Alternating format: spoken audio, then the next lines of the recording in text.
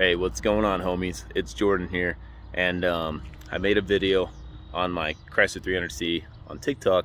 I decided to share it on Facebook, and it got a handful of shares, and I had a lot of questions from each of the groups that I went to, especially in the car community, asking from how did I lift it, how did the mini bikes get up there, all kinds of stuff. So I'm gonna show you guys my Chrysler 300C and tell you the ups and downs and lifting it and all that good stuff.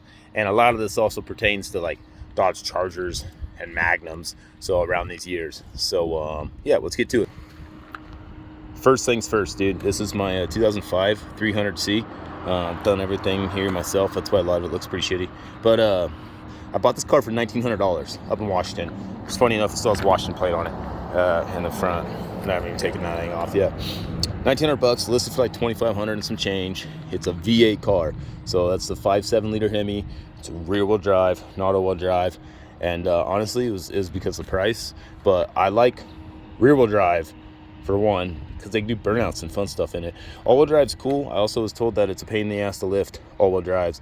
I don't know why, but I think it's just because you're dealing with CV axle angles and whatnot. So, believe it or not, this car has like 119,000, maybe 120,000 miles on it now. But it was a salvage title. That's the reason why I got it for fairly cheap. At least I felt like it was cheap around then. I got it picked up like 2 years ago, and it's been a pretty damn good car. So I got it for reasonable because the sunroof was left open, that was broken, and the interior was completely shot. It had a bad wheel bearing on this side, a bad control arm on this side, and there was like some dents down there. So it was all branded title shit, but I didn't care because I was gonna make a gambler out of it. So let's get into this. I'm gonna tell you guys this is how I lifted it. So I bought a donk lift kit. Okay, it's like a little, I don't know, 1 5/8 spacer from the front. I think it's like a 2-inch spacer, 3-inch spacer in the rear. Maybe it's about the same for the rear. But apparently how these suspensions are set up, it'll lift it up to like 3 inches. So believe it or not, this thing's got quite a bit of lift on it. So you're gonna see some stuff that kind of looks hokey, but this is what I've done to it and kind of played around with it. So I've got a donk lift kit in here. It's gonna be really hard to tell, so I'll sneak this thing up in here. So bam, donk lift kit. Okay, you see my springs are all maxed out, and I'll talk about that in a second. But I took the donk lift kit, I cut it in half, and I added an extra 1.5 inch pipe in there. And so that way it made the lift kit bigger in hopes to lift this car up more. So this car's got like theoretically like a 6-inch lift kit, but these struts keep blowing out on me. So this is the second pair of struts I put on this thing. These are SRT8 struts, and my hopes were I could take those struts and I figured they'd probably be a little stiffer, and they might be able to hold a little bit extra weight because I figured the 6.1s were a little heavier. But honestly, between bouncing around and slamming off curbs and whatnot, and the extra weight of the bumper and all that, basically just maxed out those struts. Where you just saw those springs are touching each other no more. They're not open. So I need to figure out that problem. But then additionally, I also took that control arm there. I don't know if you could tell. I actually cut it, and then I added a piece of square tubing into it to extend it. It fixed a lot of my camber issues. So my camber issue, it's kind of hard to tell. It's not as bad as it was. Dude, it was really, really bad with this car. I mean, really bad. So I know there's an adjustment under there, by the way, too. So let's get this. The rear, it's got the puck lift. I didn't cut or add anything. All I did was put in air shocks. Got rid of the factory shocks, put in air shocks. They're like 100 PSI right now. And I got quite a bit of clearance, but the suspension is super soft. So you step on this thing, and it's pretty bouncy because of the air. It might need to add a little bit more air to it, but the last time I put air in it. Let's address the cage, because everybody's like, dude, what the fuck you got going on here? This is some hokey shit. And you're not wrong, it is. So I got a tube bender from building my limo, and I wanted to test it out, and I wanted to build mini bike racks. So what I did is I took these mounts, right? They're like motorcycle chocks from Harbor Freight, and I built mounts for them, you can see, and they would sit in here. So I have one in the back, one in the front, and the mini bikes sit up here in the mounts. So this cage is actually a mini bike rack. It's not designed for like rolling over and shit like that. I mean, obviously if you looked at half the welds on here, they're pretty shoddy. So the whole purpose of this thing was to build a rack that the mini bikes can hang off the back. That way I don't have them on the trunk or on the top or any of that. And honestly, I love how it looks with the mini bikes on the back. Does add a lot more weight in the ass end. You get really close to crunching down those tires in the back, which you can see I've smashed this tire up against here a lot. I mean, look at that tread mark. This is from smashing up against this to also just doing burnouts. So that's got pretty rugged. By the way, air shocks, if you're gonna put them in here, not recommended for like daily driving, but they're super easy to install. I took the plate off the old shocks, mounted it to this thing, and just put them in, put air to them, done. So, puck lift on here, cage on here. Yeah, so I got it all tight in here. I get a lot of hate on this. A lot of people zoom in on this picture and then go, dude, it's bolted, bro. Why is it bolted? What a shitty job, bro. And I'm like, yeah, I know it's bolted, because if you want to take out the radiator, which I have, or take off the bumper, which I have, remove the headlights, which I have, you have to take everything off. And so the whole purpose of this is to unbolt it and slide it all out. It's as simple as that. Otherwise, if I didn't need to, I would have just welded it in, and I was happy I thought about that and I didn't weld it in, because I literally had radiator problems. I just swapped the radiator out, because you got to take this whole front clip and everything off. It's a pain in the butt. So yeah, what else we get into here? Oh, eBay roof rack here. This thing's cheap. I mean, I think I paid like 60-70 bucks for it. And then these universal mounts right here. And then what I did is I just ran like a self tapper in there too, because they hold on there, but they would kind of like move. But it's worked really good. I mean, this thing is solid on there. It ain't going anywhere. Love it. I tied this back into here, this piece of plate. I just drilled straight through it and tied it off. It has it. I don't think it's leaked. It's done pretty good. I mean, had it on there for, well, it's been at least a winter so far. And yeah, did pretty good. I'm happy with that. Also another mini bike mount. You can see both sides. It sits over there. I did put a receiver hitch on this thing too. So I tied my original piece down into it, and it worked great to make a good like spot for a lot of weight and a stress point for the mini bikes and stuff to sit on there. So I was really happy I did that. Now, we painted this, by the way, like tractor paint, and it was like $80 for the paint, and it took me like an hour, 2 hours just to hit it, obviously. So it's a Gambler car, which if you guys don't know what a Gambler, I got news for you. I'm gonna tell you guys what Gambler is, because Gambler is actually coming up. The OG, the big one, the one you want to go to. So it's in June 10th to the 12th this year, and I'm excited, and I hope you guys can be there and come see me. We'll come hang out. We'll drink a little bit. You don't have to be 21 to do and kind of hang out, but if you're going to go down to the camping and do any of that, you need to be over 21. They have a Hoopty X, which is basically like off-road shit boxes. Like go race out in the dirt and stuff. It's a blast, dude. A ton of fun. I love watching it. I haven't done it in this car. I got a reason. I'll tell you about that in a second. So come to Gambler though. Come hang out. It's a ton of fun. But Gambler originally was kind of started with like cheaper the better, unpractical vehicles. Like go out in the backwoods and go have some fun with some friends. That's the cool thing.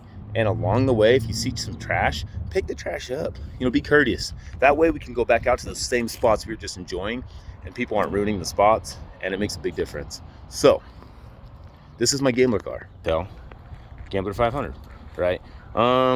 Misconception on some of it is some people say the Gambler 500 is, they're like, oh, well, that's $500. Like, you spent more than $500. Well, yeah, duh. Cheaper the better, dude. That's, you know, like, that's the fun part about Gambler, because if you really don't care about your car as much, you're way more lenient to go actually have fun and, you know, do some kind of hood rat shit out in the woods with your friends, compared to like, I taken this thing twice to Gambler events, and we mainly just like went down the road and had a little bit of fun, but we didn't, it's only as hard as you make it is the thing. So it's mainly just like 4 service roads. I mean, it's really nothing too crazy, but highly recommend going to the OG Gambler this year. I'm going to be there. A bunch of other homies are going to be there. It's going to be a huge event, like 20 live bands. So besides all that, this is the whole purpose of the Gambler. It's like build something practical that's fun, that's stupid, that doesn't make sense, but like is cool. Like, I think it's cool. So interior wise, I'm going to walk with you guys and show you. This is why I don't care too much about this car. This interior is toast. This is originally the color right here. That was originally the interior color. So it had a bunch of like mold on here because that roof was open for like 2 months in Washington, raining all the time. And what they did is they got that fabric spray paint, that black stuff, and they just painted everything. They didn't paint this, which surprisingly enough, or it's already come off, but they just painted everything. I mean, everything, all over the seats. I mean, there ain't spots on this car it doesn't fucking have it. It's crazy. They had it all over the window. It's actually a new window, but all like it was everywhere. They just oversprayed the whole car. So I don't really care too much about this car per se. It's definitely fun to do some hood rat shit, but here's the interior. Yeah, she's pretty beat up, I'm gonna lie. These seat covers, I think we came with them actually. It's like in a box. It's kind of nice. Yeah, it's kind of, you know, dirty and nasty, dude, but that's the fun part about this thing. It doesn't have a deck to it, and so I added those to charge my phone and shit. Yeah, there's my speakers back there. They're basically some like four-wheeler speakers, dude. I put them on everything because they're like 80 bucks at Walmart. I just plug them in. That's it. Bluetooth, ready to go. They're pretty loud. Love it. So, oh, I almost forgot. Speaking of these mini bike racks, something that I want to say, these racks go on the back, and I get this question a lot. How do you lift the mini bikes up there? To be honest, you use 2 people. It's not that hard. So you gotta have a friend, or the wife really doesn't like helping me because they are a little heavy. They're mainly just awkward though. So you just grab the back, someone grabs the front, and you set them right into place. I'll normally throw a ratchet strap on them if I'm like driving across town or something, so they don't kind of wiggle or move or anything like that. But yeah, it's and offloading's the same procedure. You get a buddy out there and, hey man, wanna give me a quick hand? And you pick it up and you set it on the ground. They're really not that bad. It's not enjoyable, but it takes like 10 seconds to really lift it up and throw it over. So yeah. Oh, of course, I can't forget all the and accessories, dude. eBay, Harbor Freight, eBay. I got that at a scrapyard actually, the stop sign. And luckily I haven't had overheating issues with a stop sign, because that's the biggest issue. People lift these cars and they like fucking, you know, you put a stop sign underneath for a skid plate and they overheat. So huge concern with a lot of vehicles. So really, a lot of vehicles really demand that extra airflow underneath the car too, to keep it cool. Luckily, no issues. But yeah, eBay special. eBay for the lights too. I do like everything like eBay and Amazon. I mean, if there's someone cheap in town, I'll do it. You know, I'll buy them from them, of course, stay local, but it's just feasible to do that. So with all that clearance, by the way, that I mentioned, this car like has no clearance. So I need to figure out my strut condition and try to get better struts, whether they're F-150s, Toyota Tacomas, GMCs, or something. Maybe air ride suspension to raise this up. I'd love to like fit like 33s on here. And so that brings me down to my wheel and tire. These are 31 1050 by 15s. Dude, I know what you're thinking. You're like, whoa, you fit 15s on here? I'd be like, yeah. Oh yeah, look at that one. That was missing. It just stripped out on me. I had to take it off like last weekend for stripping. So I gotta punch that stud out and put a new stud in it. Yeah, so you want to see some sketchy stuff, but also kind of cool. Let's swing this camera up in here. I don't know if you can see that. Yeah, I can't tell too much. So I'm running 4 inches worth of wheel spacers. So I screwed up. I wanted to buy a lift for this thing. I was like, I can fit 31s on here. 31s ain't gonna be a problem, right? Well, yeah, it wouldn't have been a problem if I didn't use 15s. So I thought if I just run 15s, I'll throw a 2-inch spacer on them, because I was thinking cheap, cost effective. I mean, 31s, the whole set of tires was like $400. The wheels were like $190 or $180 for a whole set of brand new Bart wheels. They're 15 by 10 wides, I think, and then the 31 by 10 50s. So they definitely kind of ballooned the tires out a little bit. So it's kind of like that. So I bought one set of wheel spacers, threw them on there, and the 15s didn't fit. Dude, I almost got fucked. So I was like, well, what am I gonna do? And I'm like, screw it, man, I'll just throw another set of wheel spacers on there. And I know some people hate wheel spacers and they'll talk crap and they'll say, man, those wheel spacers are junk. Dude, these things have been a trooper, to be honest. They have lasted. I mean, like, I've beat this car up quite a bit, and they've lasted pretty good. I mean, between burnouts, I mean, you know, 100 miles an hour down to Mexico. I mean, these things, they last. I'll tell you what. I know some people shit on wheel spacers, and I get it, because you can have issues. Like that stud I had issues with. But I mean, just the lug nut got crossed right, and I ran her home, and then I had to take her off, and it was a pain in the ass. So that's the setup to get the tires sticking out so far. And also that they don't balance, though, is my biggest complaint. I've balanced them 2 or 3 times right across the street at Les Schwab's, and they're like, hey man, those tires are just junk. Like, you're not gonna be a huge fan of them. And they're like, they just don't balance good with 15-inch wheels. If you had an 18-inch wheel, you know, you probably balance a lot better. I was like, okay. So that kind of makes sense. So maybe when these ones burn out, I might try to run like an 18-inch wheel, but I highly recommend a 17 or bigger if you're trying to do something like this, because these 15s just, I go down the highway and I've got like a little wobble in the wheel the whole time. So, and also, you probably don't see me jump in this car much, contrary to belief. So this car is like, has almost zero frame to work off of. There's like, this is attached to the pinch welds down there. It's all welded in. And there's not much to work off of this thing at all. So even the strut towers in here, I'm worried about them blowing out, because the type of metal that they use for these cars, because it's not meant to be bouncing around and slamming off curbs and, you know, blowing out struts and whatnot. So unfortunately, they're taking so much impact, those strut towers. I'm really worried that when they blow out, I won't know how to fix the car, and I'll probably end up scrapping it. So that's my concern there. And then here's another good question. I get shit on all the time. I love it. Dude, where's your door handle, bro? Bro, where's your door handle? Everybody goes, oh, dude, you got no door handle. What are you doing with no door handle? One, the whole car locks except for this door. This door, the locking mechanism does not work. This door handle busted on me, and now I'm like, well, it's like an anti-theft device. I have the other new door handle. I've just been too lazy to swap it out. But I kind of like, you know, the little shittier, the better aspect of it. So yeah, that's about most of the Chrysler 300. If you're looking at lifting it, I do highly recommend that donk lift kit. You know, these are 31s.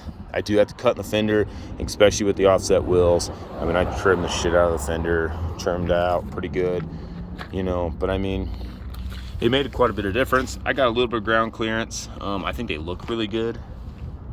And I like slamming off speed bumps and curbs. They do pretty good.